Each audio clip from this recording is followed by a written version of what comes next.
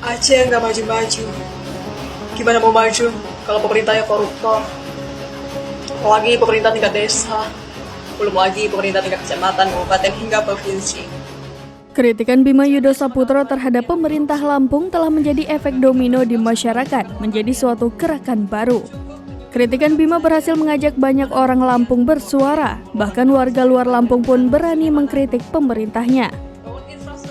Usai Bima viral mengkritik pemerintah Lampung, muncul suara-suara rakyat yang mengungkapkan kebobrokan kinerja pemerintah daerahnya. Seperti kritikan yang diungkapkan oleh seorang tiktokers asal Aceh, @rahma_11, pada Rabu 3 Mei 2023. Rahma melempar kritikan terhadap pemerintah di Aceh mulai dari yang terkecil perangkat desa, pemerintah daerah hingga pemerintah provinsi Aceh. Hingga berita ini ditayangkan pada Kamis 4 Mei 2023, video tersebut telah ditonton oleh lebih dari 340.000 dan disukai lebih dari 23,4.000 pengguna TikTok. Dalam video yang berdurasi 3 menit 4 detik itu, Rahma mengungkapkan bahwa Aceh merupakan provinsi termiskin di Sumatera dengan kasus korupsi yang besar. Perempuan yang mengenakan balutan hijab putih tersebut mengatakan bahwa Aceh tidak akan pernah maju jika orang yang duduk di kursi pemerintahnya masih korupsi.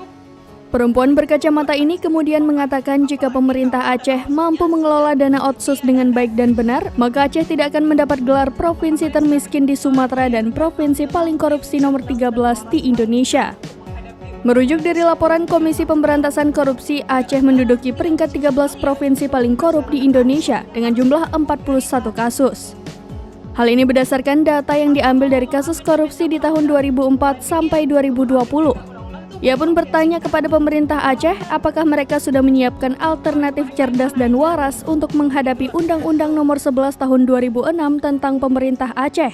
Ia pun menyinggung sejumlah masyarakat di Aceh yang masih menyuarakan untuk memisahkan Aceh dari Indonesia. Aceh keluar-keluar ingin merdeka dari Indonesia. Logika aja, pemerintah Aceh mengurus desa saja tidak becus, apalagi mengurus Aceh sebagai negara.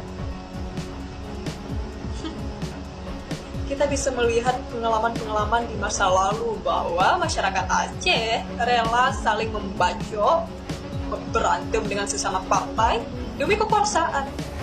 Mungkin pejabat Aceh itu bakal gagal jadi penzina tapi sukses jadi koruptor. Agama paham, korupsi tetap jalan.